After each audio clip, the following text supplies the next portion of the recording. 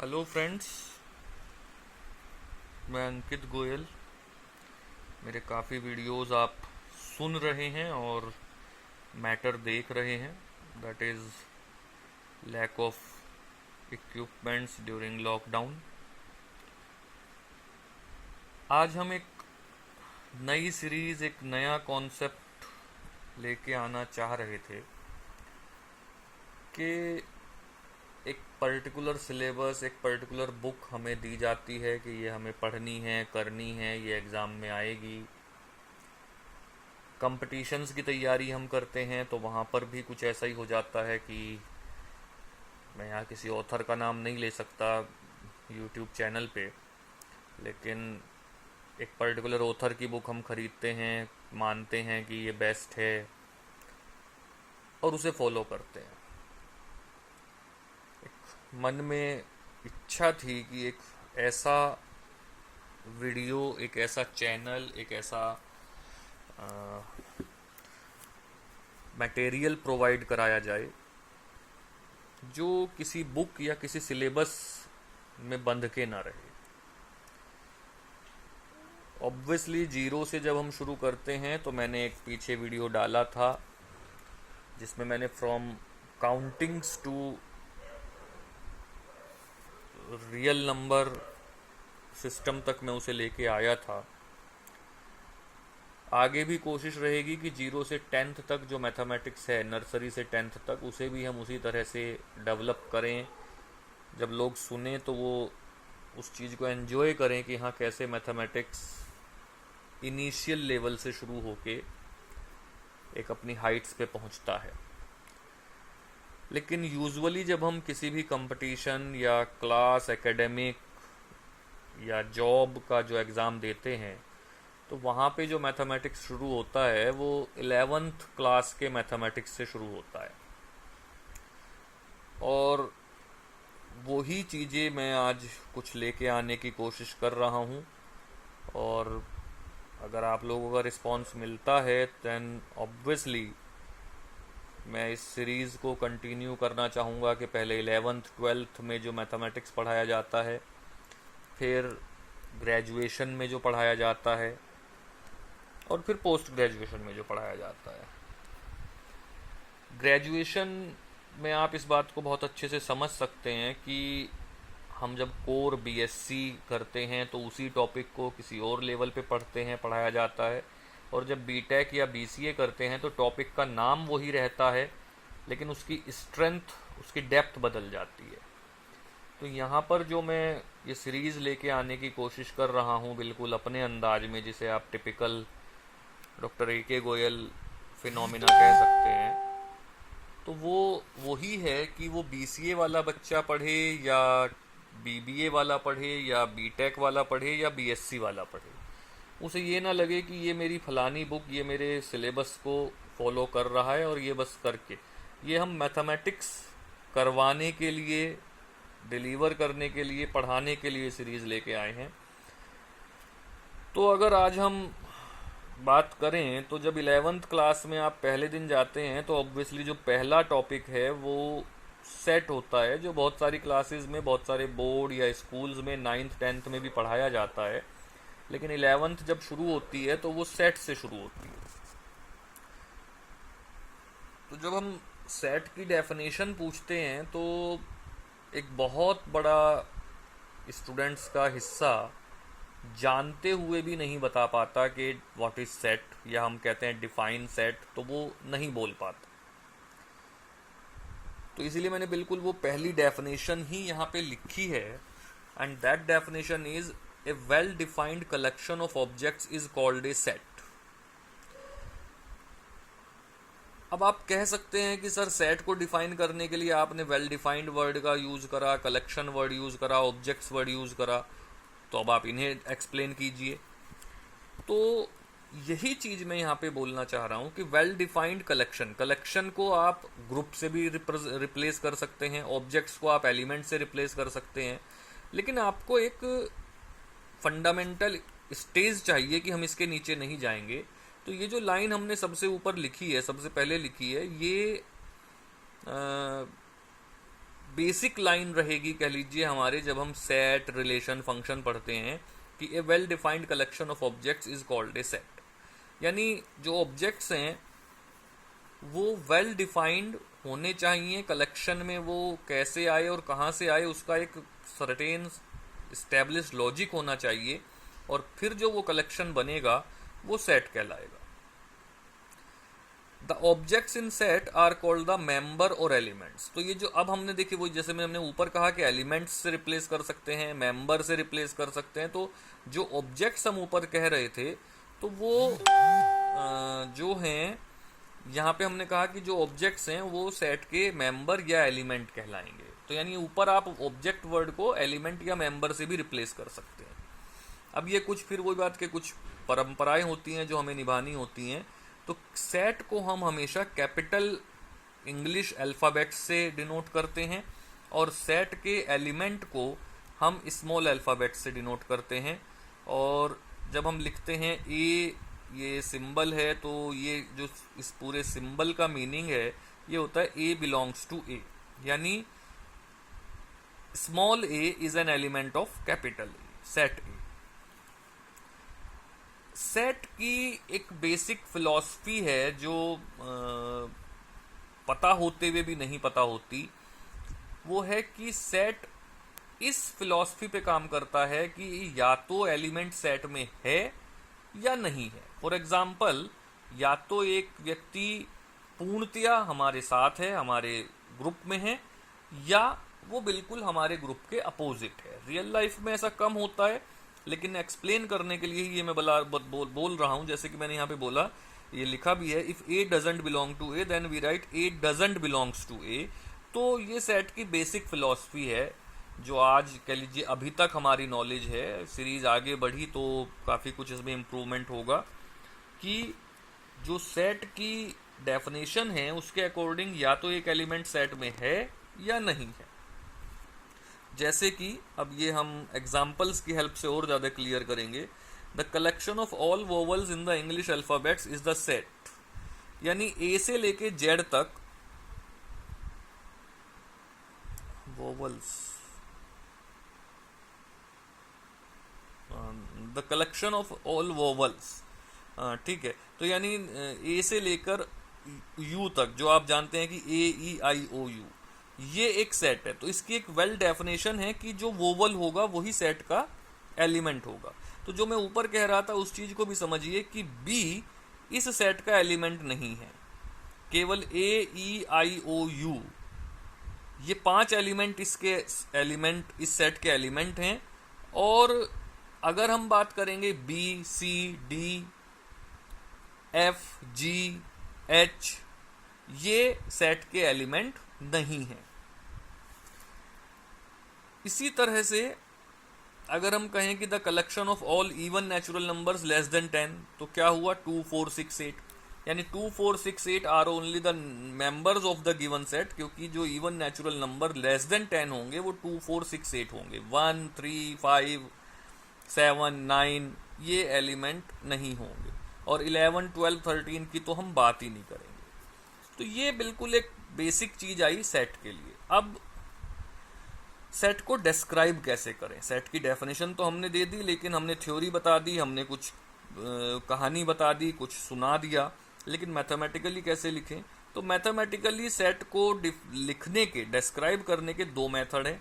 First roster और tabulation form, and second set builder form. Roster और tabulation form क्या कहता है कि ये कहता है कि सेट के जितने एलिमेंट हैं उन सबको आप एक लिस्ट में लिख दीजिए। जैसे कि हमने कहा कि set of all factors of 24, तो जब set of all factors of 24 की बात आएगी तो 1 2 3 4 6 8 12 24, ये सेट हो गया set of all factors of 24। इसी तरह से set of all odd numbers less than 10, तो 1 3 5 7 9, तो ये सेट हो गया set of all odd numbers less than 10। तो हम क्या कर रहे हैं कि हम इन सारे एलिमेंट्स को एक लिस्ट में लिस्टेड कर रहे हैं। लेकिन एक कमी फिर निकल के आती है कि भाई क्या हम सब जगह ऐसे लिख सकते हैं? तो ऐसे में जो अगला है वो है सेट बिल्डर फॉर्म या प्रॉपर्टी फॉर्म। इसमें हम क्या करते हैं कि एक ऐसी कॉमन प्रॉपर्टी ढूंढते हैं जो सेट के सारे एलिमेंट रखते हैं, that is the set builder form. जैसे कि अगर हम कहें कि 1 2 3 4 5 6 7, अब ये एक लिस्टिंग मेथड में हमने इनको लिख दिया 1 2 3 4 5 6 7।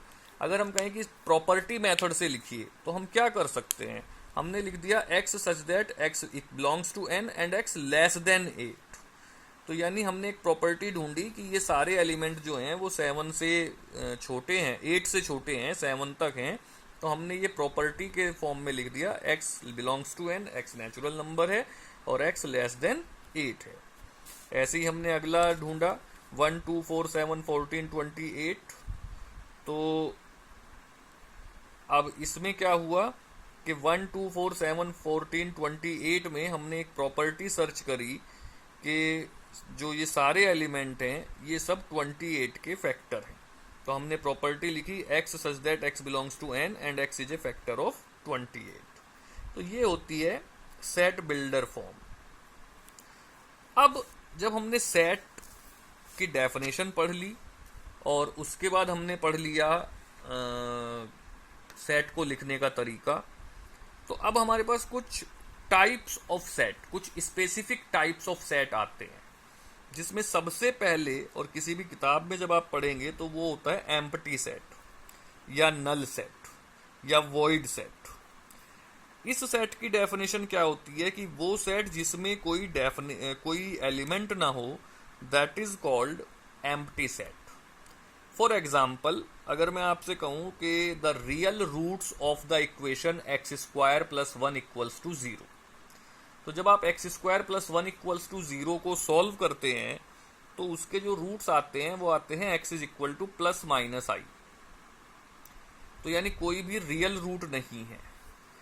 तो अब जब हम कहेंगे कि the root of equation x square plus 1 equals to 0, तो उसका कोई रियल रूट नहीं होगा, तो वो roots, set of roots, real roots will be 0, null set.